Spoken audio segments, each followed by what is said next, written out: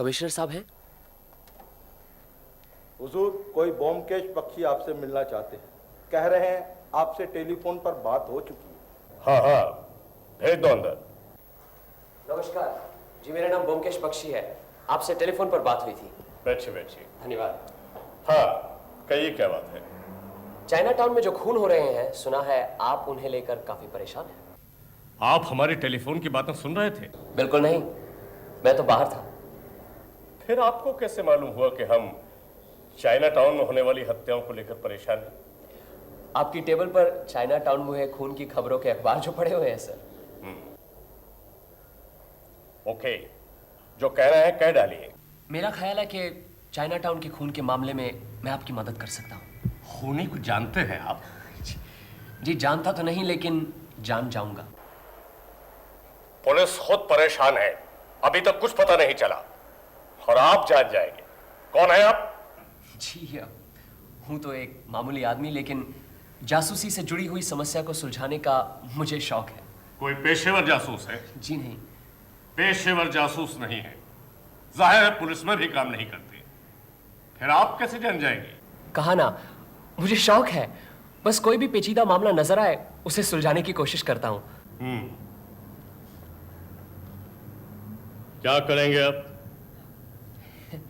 ये आप मुझ पर छोड़ दीजिए। आप जो भी कार्रवाई कर रहे हैं करते रहिए, मैं आपके बीच नहीं आऊंगा। मैं अपना काम अलग से करूंगा। जरूरत पड़ी तो आपकी भी मदद लूंगा। आपने खुद किसी केस की छानबीन की है? जी कभी की तो नहीं, यही मेरा पहला केस होगा। हो, लेकिन देखिए ना मत कहिए, कहीं ना कहीं तो शुरुआत करनी है। यूं समझिए कि यही मेरा पहला केस है, और फिर बिगिनर्स लक भी तो होता है। मुझे पूरा यकीन है कि मैं आपके काम आऊंगा। मैं चाइना टाउन के खून के मामले में तहकीकात कर रहा हूं।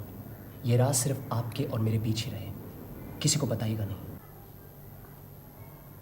लेकिन आपकी बातों का यकीन कैसे करें? जी आप अपनी तहकीकात जारी रखिए, मैं आपके बीच नहीं आऊंगा। आपको यकीन हो जाएगा कि मैं आप ही का काम कर रहा हूं, और फिर अगर आप चाहें तो मुझ पर भी निगरानी रख सकते हैं।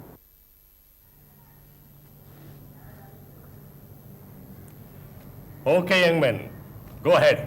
Wish me good luck sir. Good luck. Byomkesh Bakshi. Good luck Byomkesh Bakshi.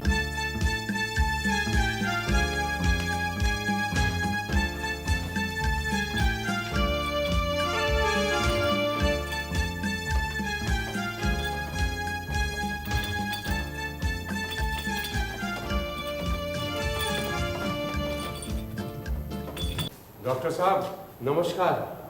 मेरे दांत में बहुत दर्द हो रहा है डॉक्टर साहब। होता है कभी कभी, मैं दवाई देता हूँ। दिन में 2 बार 4-4 गोलियां खाना, और हाँ, रात को सोने के पहले नमक से दांत मांज लेना, समझे? जी हाँ, ये लेना। हाँ। और घनश्याम कैसे हो?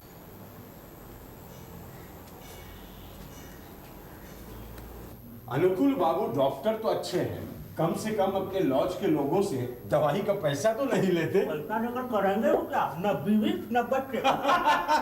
ये अच्छी कही।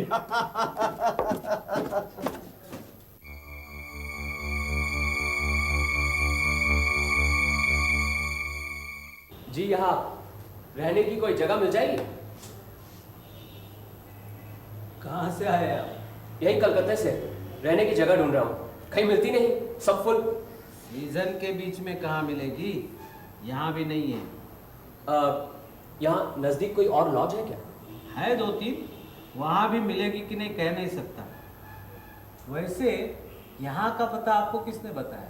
जी किसी ने नहीं, बस यूं ही देखता हुआ यहाँ से गुजर रहा था, सामने बोर्ड पड़ा अनुकूल लॉज, बस चला आया। हमारे यहाँ सिर्फ 5 कमरे हैं जहाँ लोग सालों से रह रहे हैं। पिछले महीने रामेश्वर बाबू रिटायर हो गए, तब जाके एक कमरा खाली हो गया। ये अजीत बाबू 7 महीने से चक्कर काट रहे थे, वो रूम ही ने दे दिया। फिर तो वही गंदे मोहल्ले में रहना पड़ेगा। और तो कुछ नहीं, सिर्फ डर लगता है जो थोड़ा बहुत रुपया है कहीं चोरी ना हो जाए। 3-4 महीने के बाद एक चक्कर लगा लीजिए, अगर कोई रूम खाली हो गया तो ठीक है, एक गिलास पानी मिलेगा? जी। हाँ, क्यों नहीं।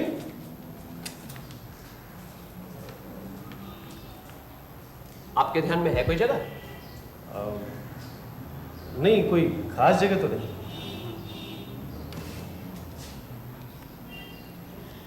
वैसे यहाँ के कमरे काफी बड़े हैं। हाँ, बड़े तो हैं। एक कमरे में दो दो आदमी नहीं रह सकते? शायद कोई राजी नहीं होगा। आप चाहे तो मेरी मदद कर सकते हैं। जी? मैं कमरे का पूरा भाड़ा देने को तैयार हूं, प्लीज।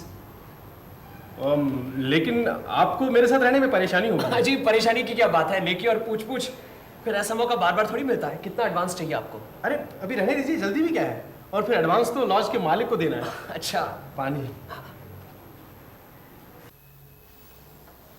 आपका नाम क्या है? मेरा नाम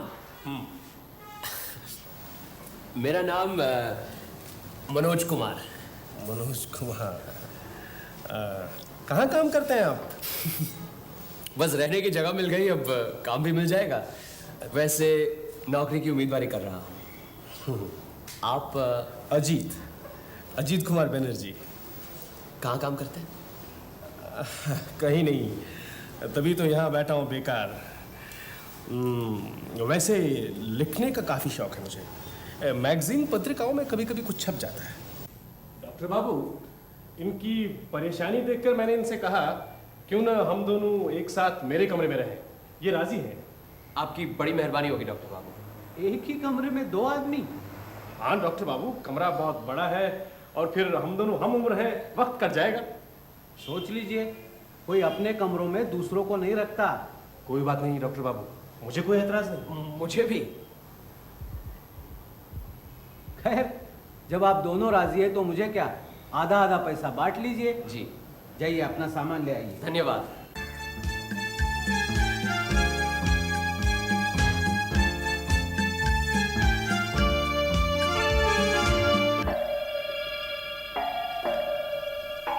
कोई पहचानता है इसे? चलो पंचनामा बनाओ।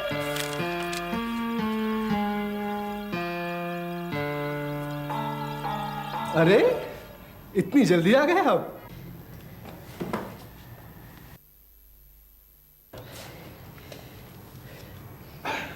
अभी अभी देखा है, नीचे किसी गरीब का खून हो गया, लाश फुटपाथ पर पड़ी है। यहाँ तो आए दिन खून और पुलिस का छापा लगा ही रहता है। हाँ, ये देखिए आज की खबर, 1 खून 4 गिरफ्तार। अजीब जगह। आप लोग यहाँ रहते कैसे? डर नहीं लगता? आज ही के अखबार में आया है, यहाँ कोई कोकेन का खुफिया धंधा चला रहा है। सारे शहर में यही कहीं से माल जाता है। यहाँ बेकार और गरीब लोग बहुत है ना, उनके जरिए। लेकिन आए दिन खून। इन चीजों से हमें क्या लेना देना, बड़े शहरों में तो ये सब होता ही रहता है। अजीत बाबू, हाँ? इन्हें अपना कमरा दिखाइए। आइए। चलिए, इस गधे के बोझ से तो छुटकारा मिले। क्या बात है ईश्वर बाबू? कुछ नहीं, यूं ही जरा।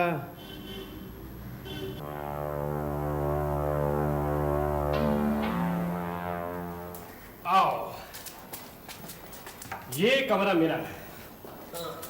यहाँ एक और खाट डलवा देंगे।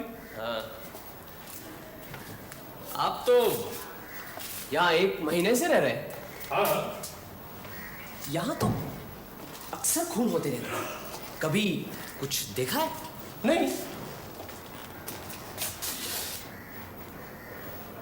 आपकी इस खिड़की से तो नीचे सब साफ नजर आता है। यहीं पे तो देखा सुबह कोई मरा पड़ा है।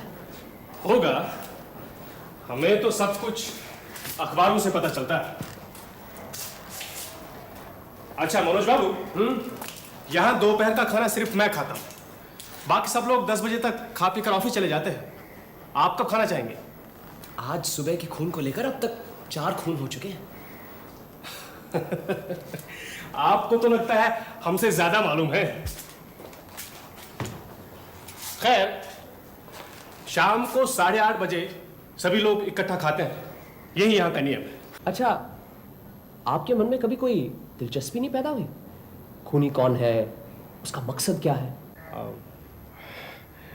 नहीं तो, लेकिन आप क्यों इतना परेशान हो रहे हैं? सचमुच डर गए क्या? नहीं नहीं, यहाँ वैसे कितने लोग रहते हैं? हम 5 और आप छठे हुए। सबसे पुराना कौन है? मेरे अलावा यहाँ सभी लोग 6-7 साल से रह रहे हैं। आज रात को खाने की टेबल पर सबसे परिचय होगा। अच्छा। ये नौकर के लिए घंटी है। आज आपको कहीं जाना तो नहीं? नहीं, कहीं खास नहीं। क्यों? नहीं, जरा मुझे जाना है, मेरी पब्लिशर से अपॉइंटमेंट है। अच्छा अच्छा। गोपी, आओ। गोपी, ये हमारे नए बाबू हैं, मनोज बाबू। नमस्कार बाबूजी। नमस्कार। आज से ये यहीं रहेंगे, यहाँ एक खाट और लगवा देना। जी। और सुनो, आज ये दोपहर का खाना मैं यहाँ नहीं खाऊंगा। वो खाना आपके लिए यहीं ले आओ बाबूजी? नहीं, मैं वहीं आ जाऊंगा। सब लोग चले गए? जी, सिर्फ वो 2 नंबर वाले बाबू सोए पड़े हैं, वो नहीं गए। 2 नंबर कौन? अरे वही ईश्वर बाबू, जो डॉक्टर के कमरे में आते आते चले गए। ठीक है, वो जाओ। जी बाबूजी, वो चाय ले आओ। अरे हाँ, चाय। नहीं नहीं, आपको जाना है ना? अरे कोई बात नहीं, मैं चला जाऊंगा। जाओ गोपी, 2 कप चाय जाओ। अच्छा, ऐसा करना, 2 नहीं 3 लाना, और 2 नंबर में हम वहीं जा रहे हैं। जी बाबूजी। चलो एक बार देख आते हैं ईश्वर बाबू को। अरे मुझे कुछ नहीं चाहिए, जाओ यहाँ से। ईश्वर बाबू, मैं हूँ अजीत। क्या काम है? आपसे मिलना है। गोपी चाय लेकर आया है। अरे कहाँ है गोपी? आ जाएगा अभी। नमस्कार। ये हमारे यहाँ नए आए हैं, मनोज बाबू। मेरे साथ ही रहते हैं। अरे चाय क्यों लेके आया? ये बाबू ने ऑर्डर दिया था। चलो चलो, अंदर रख दो, चलो।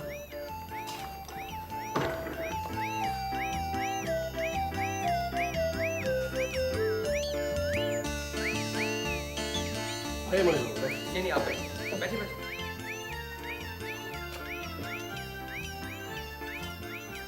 नहीं, मुझे चाय नहीं चाहिए। अच्छा लाओ लाओ। क्या बात है ईश्वर बाबू, नीचे से डॉक्टर बाबू को बुलाऊं, या आप कहें तो बाहर से डॉक्टर घोष को बुलाता? नहीं नहीं, उसकी कोई जरूरत नहीं है। नहीं, आज सुबह भी आप कुछ घबराए हुए थे। घबरा तो सुबह मैं भी गया था। आज पहला दिन है। सुबह आते ही देखा लॉज के बाहर लाश पड़ी हुई।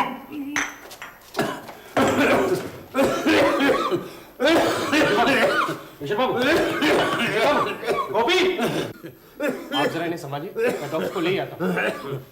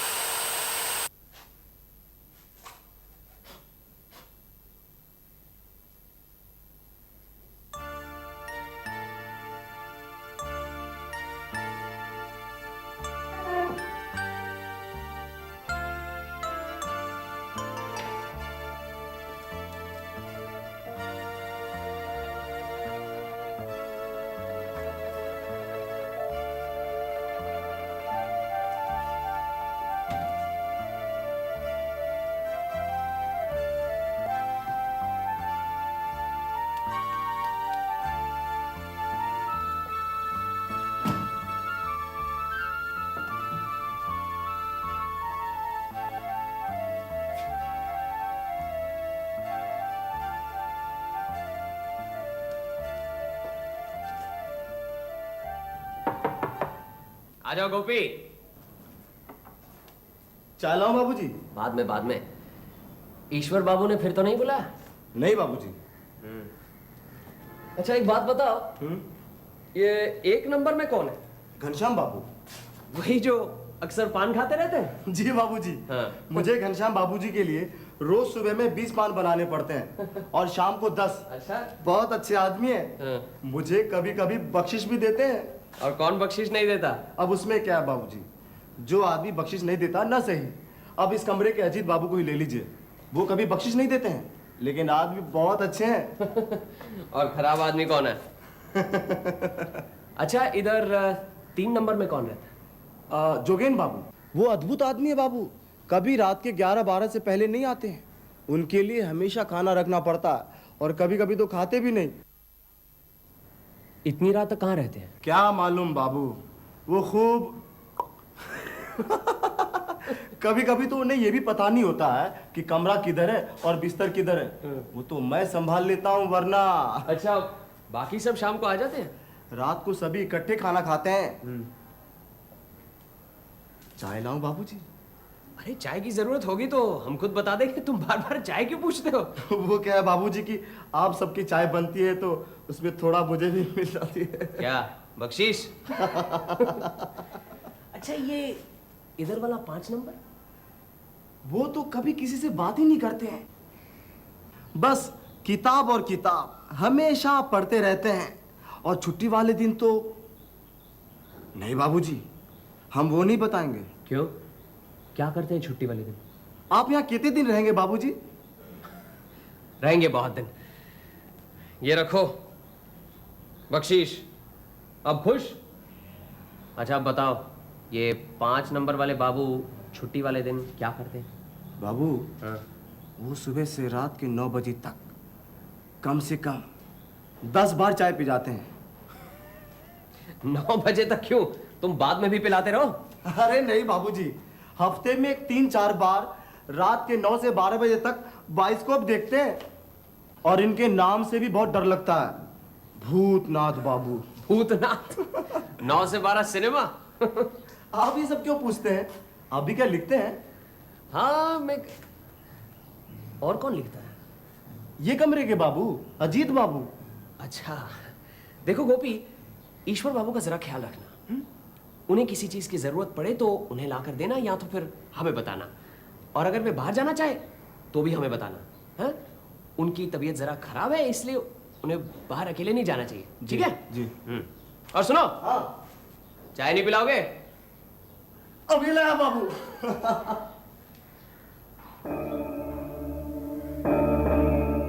ये क्या कर रहे हैं? इधर आइए, बैठ जाइए। बैठिए बैठिए।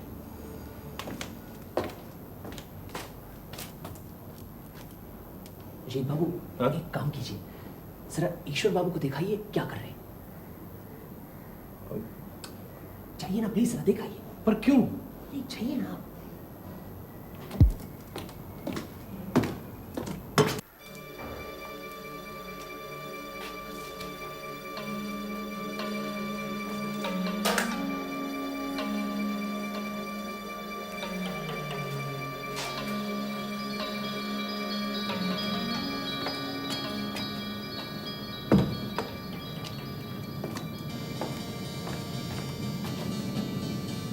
क्यों, ईश्वर बाबू अपने कमरे में नहीं मिले ना?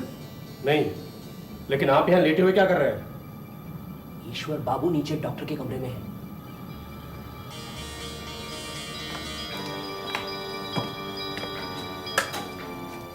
तो फिर आपने मुझे ईश्वर बाबू के कमरे में क्यों भेजा है? पक्का करना चाहता था वही है कि कोई और है। इधर आइए, आप मेरी जगह पर लेटिए, आपको सब पता चल जाएगा। कभी कभी नींद ना आने पर ऐसा हो जाता है। मैं दवाई देता हूँ, खाकर सो जाइए। क्या बात है? ईश्वर बाबू इतने परेशान क्यों हैं? मामला गड़बड़ है। क्या गड़बड़?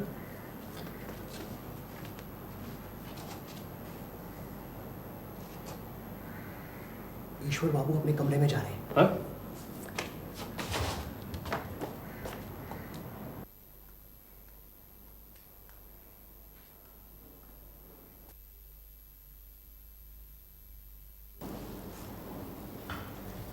ये लो बाबू, गरम है। अरे क्या हुआ ईश्वर, खाना नहीं खाओगे? नहीं घनश्याम, कुछ अच्छा नहीं लग रहा है। हाँ? क्या हुआ ईश्वर को? आज सारा दिन घबराया सा है। ईश्वर बाबू क्या हमेशा से ऐसे हैं? नहीं, वैसे इन्हें कुछ न कुछ लगा ही रहता है, ब्लड प्रेशर, डायबिटीज, लेकिन आज कुछ ज्यादा ही परेशान से है। कब से?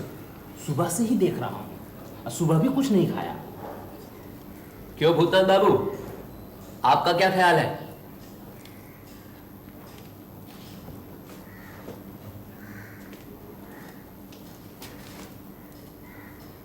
ये ज्यादा किसी से बातचीत नहीं करते।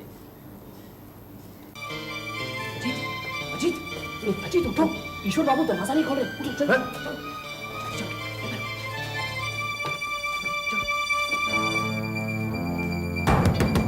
ईश्वर बाबू, ईश्वर बाबू, ईश्वर बाबू, दरवाजा खोलिए ईश्वर बाबू। अरे ये तो 5 बजे सुबह ही उठ जाते थे, आज न जाने क्या हो गया है इनको। हाँ। मेरे ख्याल से दरवाजा तोड़ देना चाहिए। हाँ? क्यों ना पुलिस को खबर दी जाए? अरे पहले देख तो लीजिए क्या बात है, शायद इन्हें पहले डॉक्टर की जरूरत पड़े। तोड़ दो दरवाजा। चल। चलिए तब तो चलो। ईश्वर बाबू करीबन 7 साल से हमारे लॉज में रहते थे। हर एक से उनका बर्ताव अच्छा था, कोई भी उनका दुश्मन नहीं था। लॉज का 1 रुपया भी बाकी नहीं रखा था, ना किसी से उधार लेते थे। पिछले 1 साल से वो डायबिटीज के मरीज थे, मैं ही उनका इलाज करता था। कल रात को वो कुछ ज़्यादा ही परेशान थे। रात को जब वो मेरी डिस्पेंसरी में आए तो बहुत डरे हुए थे, लेकिन बता नहीं पा रहे थे कि क्या बात है। मैंने सोचा रात में उन्हें आराम करने दूं, सुबह देख लूंगा। लेकिन आप क्या समझते हैं, उन्होंने आत्महत्या की? मैं तो यही समझता हूँ। मैं नहीं समझता, मुझे पूरा यकीन है कि उनकी हत्या की गई है। कैसे? कोई भी शख्स इतनी बुरी तरह अपना गला नहीं काट सकता। हत्या किसने की ये बता सकते हैं आप? जी नहीं, फिलहाल तो कुछ नहीं कह सकता। और आप? ऐसी हालत में बड़ा ही मुश्किल है कहना कि हत्या करने की वजह बता सकते हैं? जी नहीं, डॉक्टर बाबू ने अभी आपको बताया कि ईश्वर बाबू डायबिटीज के मरीज थे। अब ऐसे मरीज को रात में अक्सर पेशाब करने जाना पड़ता है, इसी तरह वो दरवाजा खोल के बाहर गए होंगे और हत्यारा अंदर घुस आया होगा। बहुत मसरूफ नजर आ रहे हैं अनुकुल बाबू, क्या नई दवाइयां हैं? हाँ, जर्मनी से आई है। हम ईश्वर बाबू के मौत के बारे में कुछ मशवरा करने आए हैं। अच्छा हो गया आप लोग आ गए, मेरी भी यही इच्छा थी। अब आप ही बताइए घनश्याम बाबू, क्या किया जाए? ईश्वर बाबू तो आपके करीबी दोस्त थे। मैं क्या बताऊं, मेरी तो कुछ समझ में नहीं आ रहा, इसीलिए तो हम लोग आपके पास आए हैं। मेरे दिमाग में 3-4 बातें घूम रही हैं। क्या? पहली बात ये कि क्या ये हत्या लॉज के बाहर के किसी आदमी ने की है? मुझे ऐसा नहीं लगता, क्योंकि लॉज का दरवाजा रात को 9 बजे बंद हो जाता है और ईश्वर बाबू की मौत रात 11 बजे के बाद हुई है। अच्छा, मान लो कि बाहर का कोई आदमी आ गया हो और हत्या उसने की, लेकिन जिस तरह की हत्या हुई है, क्या ईश्वर बाबू चिल्लाएंगे नहीं? आप लोगों में से किसी ने उन्हें चीखते सुना? नहीं, चीख तो कोई नहीं सुनी। इसीलिए मैं समझता हूं कि बाहर का कोई आदमी नहीं हो सकता। अब रहे लॉज में रहने वाले, आप लोग सब तो पुराने रहने वाले हैं, सालों से रह रहे हैं। मुझे तो ऐसा लगता नहीं है कि आप में कभी कोई मारपीट हुई हो, और फिर ये तो हत्या का सवाल है। हाँ, सिर्फ मैं नया हूं, कहीं मुझ पर तो शक नहीं? नहीं, उस रात ये मेरे साथ मेरे कमरे में थे, और फिर ये क्यों ईश्वर बाबू की हत्या करेंगे? एक और बात है, हमें मालूम है हमारे मोहल्ले में कोकीन का धंधा चल रहा है, लेकिन इसका सरदार कौन किसी को नहीं पता। हाँ, अखबार में तो यही कुछ छपता रहता है। मुझे अब ये लग रहा है इस धंधे का सरदार ईश्वर बाबू थे।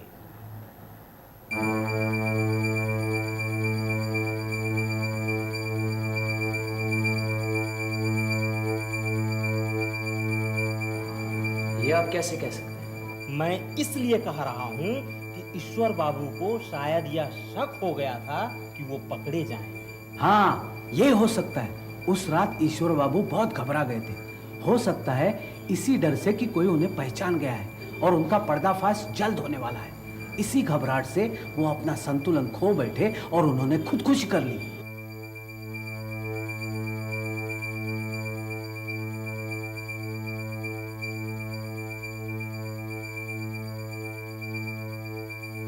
चलिए यही रिपोर्ट थाने में लिखवा देते हैं।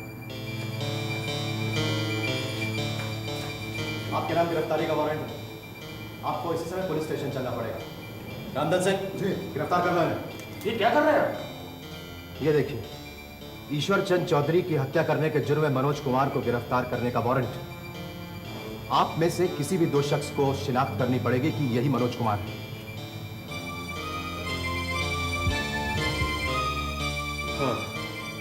चलिए पुलिस स्टेशन। इसकी कोई जरूरत नहीं, मैं खुद ही चलता हूँ। घबराओ मत अजीत, जल्दी वापस आ जाऊंगा। चलिए। ये देखो क्या सोच रहे थे और क्या हो गया।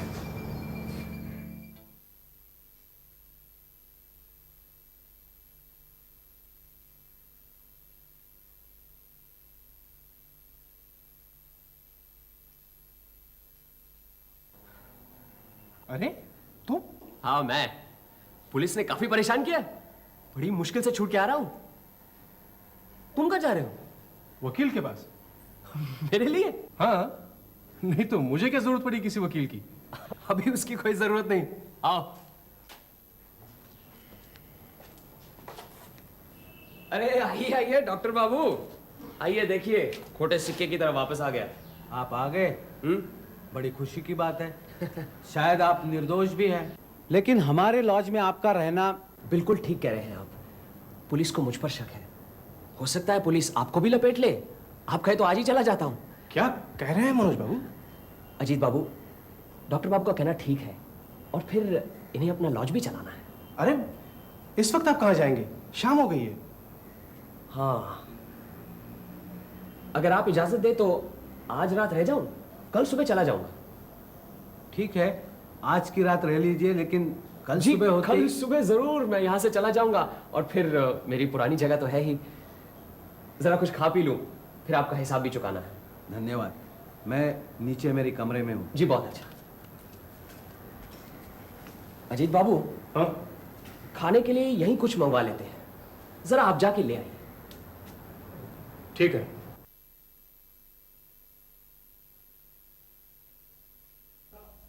बैठिए। और ये रही आपकी आज तक की रहने की रिसीप्ट। डॉक्टर बाबू, कल से बिल्कुल सोया नहीं। आज खाने के बाद जरा लेटा तो नींद आ गई, उठा तो सर दर्द बढ़ता ही जा रहा है। सोचा कि हिसाब के साथ साथ आपकी दवाइयों का भी इम्तिहान ले लूं। हाँ हाँ, क्यों नहीं।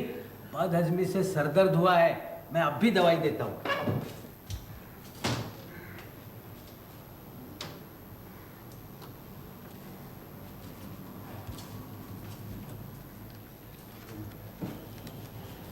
ये लीजिए, और आज रात को कुछ न लीजिए, ये दवाई खाकर सो जाइए। अच्छा, ये लीजिए आपके पैसे। नहीं नहीं, इसके पैसे की जरूरत नहीं है। नहीं नहीं, मैं तो भाड़े के पैसे दे रहा हूँ।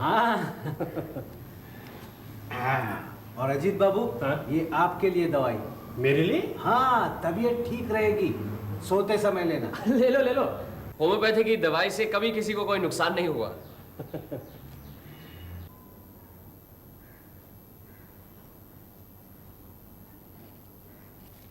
ये दवा लेने की जरूरत नहीं। और ये रही मेरी पुड़िया, रख दो वहां पे। अब 9 बजे हैं। तुम सो जाओ, 1 बजे से पहले कुछ नहीं होने वाला। वक्त आने पर तुम्हें जगा दूंगा। लेकिन बात क्या है? बहुत कुछ, बस जैसा मैं कहूं वैसा करते जाओ। ये चादर पकड़ो।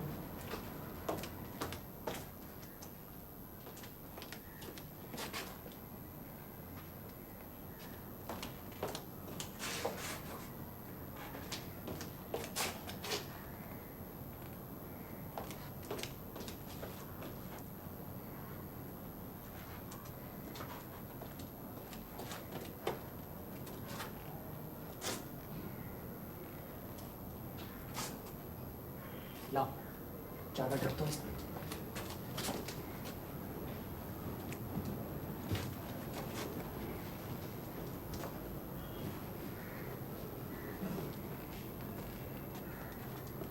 ये मैं सो रहा हूं, तुम अपनी जगह पर ही सोना और ये अपने पास रखो, अगर जरूरत पड़े तो। हाँ? ये क्या कर रहे हो?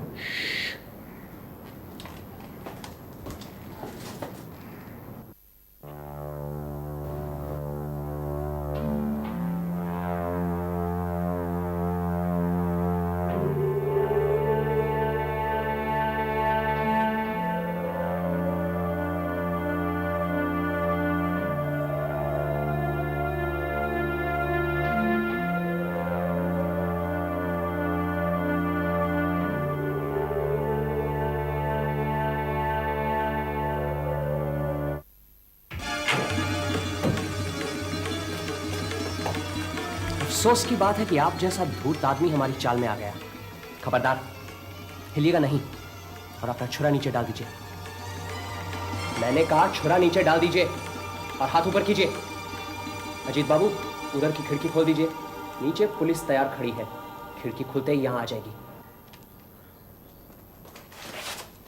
पुलिस क्या करेगी? मेरा गुनाह क्या है? कोई खून किया तो नहीं है? गुनाह क्या एक है, लंबी फहरिस्त है। इंस्पेक्टर साहब, इस डॉक्टर बाबू को बोमकेश बख्शी का खून करने की कोशिश के अपराध में गिरफ्तार कीजिए। कौन बोमकेश बख्शी? मैं। तुम? हाँ। ये सब बकवास है। पुलिस और इस आदमी की साजिश है, जो अपने आप को कभी मनोज कुमार और कभी बोमकेश बख्शी कहता है। मुझ पर झूठा आरोप लगाया जा रहा है। मैं देख लूंगा। अदालतें खत्म नहीं हो चुकी है। मैं तुझे छोड़ूंगा नहीं, लंदन तक जाऊंगा। खर्चे की मुझे परवाह नहीं है। खर्चे की परवाह क्यों करने लगे? आखिर कोकेन के धंधे के पैसे जाएंगे कहां? इंस्पेक्टर साहब, ये दवा की पुड़िया भी रखिएगा, जरूर इसमें मॉर्फिन मिला हुआ है। नहीं, इन्होंने हमें आज रात खाने के लिए दी थी। इसकी केमिकल जांच करवाइएगा और अपनी फर्स्ट इंफॉर्मेशन रिपोर्ट लिखिए। अरे आ गए हम। हाँ, आप ही ने तो कहा था 7-8 दिन लग जाएंगे। हाँ कहा तो था, लेकिन 4 दिन में काम हो गया। कोई आया था? नहीं। ठीक है, जाओ चाय लाओ। जी बैठो जी। ये है मेरे रहने की जगह। जगह तो बहुत अच्छी है। कब से रह रहे हो यहाँ? 2 साल हो गए। बस कुछ दिन तुम्हारे लॉज में मनोज कुमार बन के रहना पड़ा। ये सत्यन्वेशी क्या है? सत्यन्वेशी ये ऐसा है कि भाई डिटेक्टिव कुछ जमता नहीं और जासूस कुछ पुराना सा लगता है ना, इसलिए मैंने अपना उपनाम यानी कि टाइटल सत्यन्वेशी रखा है, सत्य की खोज करने वाला। लो अच्छा चाय पियो।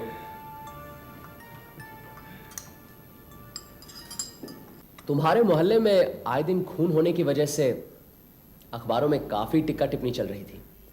इसी सिलसिले में चाइना टाउन में मैंने 2-3 चक्कर लगाए, इधर उधर तहकीकात की और 2 जगह चुन ली। एक तो रॉयल बंगाल बोर्डिंग हाउस, दूसरा अनुकूल लॉज। पहले तुम्हारे लॉज में आकर रहा, सोचा कि पूरे मोहल्ले की छानबीन यहीं से करूंगा। तब भी थोड़ा सा शक था कि शायद दुश्मन का अड्डा यही लॉज है।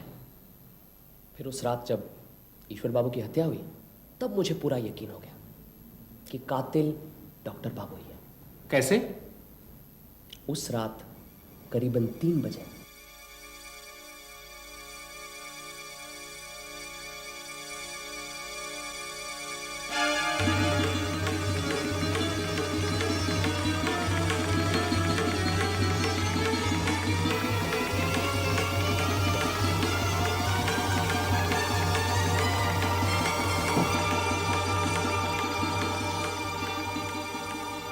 तुम्हें कैसे पता चला कि ईश्वर बाबू ने ये सब देखा? सुनो तो सही। दूसरे दिन सुबह सुबह ईश्वर बाबू डॉक्टर से मिलने आए थे। उस दिन मैं अपना सामान वगैरह लेकर तुम्हारे पास बैठा हुआ था। हमारे सामने तो कुछ कह नहीं पाए, चले गए। दफ्तर से लौटने के बाद डॉक्टर से मिलने का मौका ढूंढ रहे थे। आखिर मौका मिला रात को। उस समय मैं हमारे कमरे के फर्श पर लेटा बातें सुन रहा था। कल रात करीबन 3 बजे मैंने अचानक अपनी कमरे की खिड़की से देखा कि आप किसी का खून कर रहे हैं। मैं तो हक्का बक्का रह गया, कहीं ये सब गलत है, वो आप नहीं थे। आप बहुत परेशान लग रहे हैं ईश्वर बाबू, जाइए आराम कीजिए। नहीं डॉक्टर बाबू, कहिए आपने हत्या नहीं की, वो आप नहीं थे, तभी मुझे शांति मिलेगी। नहीं नहीं, वो मैं नहीं था। लेकिन मैंने ऐसा क्यों देखा? आप बहुत घबरा गए ईश्वर बाबू, कभी कभी नींद ना आने पर ऐसा हो जाता है। मैं दवाई देता हूँ, खाकर सो जाइए, और कल सुबह तबीयत ठीक न लगे तो मुझे बताइए। हाँ, जाइए अभी। फिर ईश्वर बाबू कमरे में आकर सो गए। करीबन आधी रात या उसके बाद कुछ ऐसा हुआ होगा।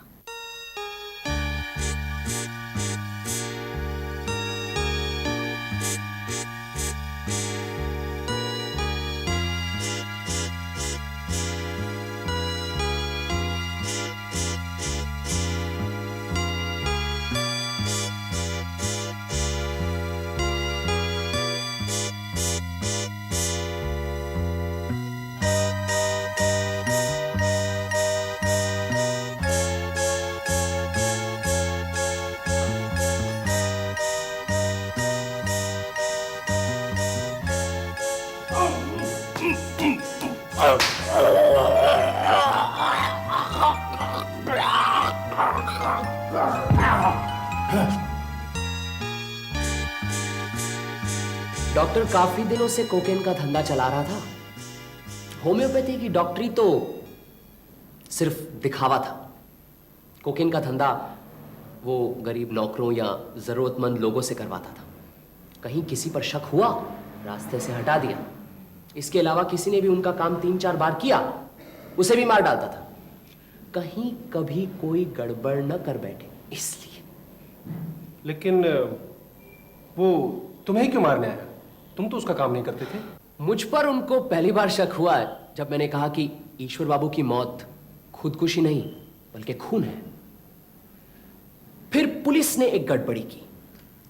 डॉक्टर बाबू की शिकायत पर यकीन करके मुझे पकड़कर ले गई। कमिश्नर साहब ने मुझे छुड़वा दिया। जब मैं वापस लॉज आया तब डॉक्टर बाबू को यकीन हो गया कि मैं उनकी कलई खोलने वाला हूं। उन्होंने मुझे भी मार देना चाहा। मैंने भी उनकी मदद की, जानबूझकर ताला खराब कर दिया, जानबूझकर कहा सर में दर्द हो रहा है। डॉक्टर बाबू मेरी चाल में आ गए। उन्होंने मॉर्फिया का पाउडर दिया मुझे खाने के लिए ताकि मैं सोता रहूं। उन्होंने समझा खुले दरवाजे से आकर बिल्कुल ईश्वर बाबू की तरह मुझे भी मार देंगे। बाकी तो सब तुम्हें मालूम ही है। कमाल कर दिया तुमने मनोज। Oh sorry Byomkesh. अच्छा अब मैं चलता हूँ। कहाँ जा रहे हो? वहीं लॉज, और कहाँ? अब तो तुम्हें वो लॉज छोड़ना पड़ेगा।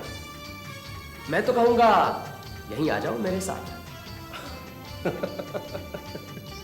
मैंने तुम्हें लॉज में रहने दिया, वो कर्जा चुका रहे हो। ऐसी बात नहीं है। कुछ दिन तुम्हारे साथ रहकर ऐसा लग रहा है कि अकेले कुछ अच्छा नहीं लगेगा। सच? बिल्कुल सच। फिर तो मैं अपना सामान लेकर यहीं आता हूँ। साथ मेरा सामान भी ले आना, वहीं पड़ा है।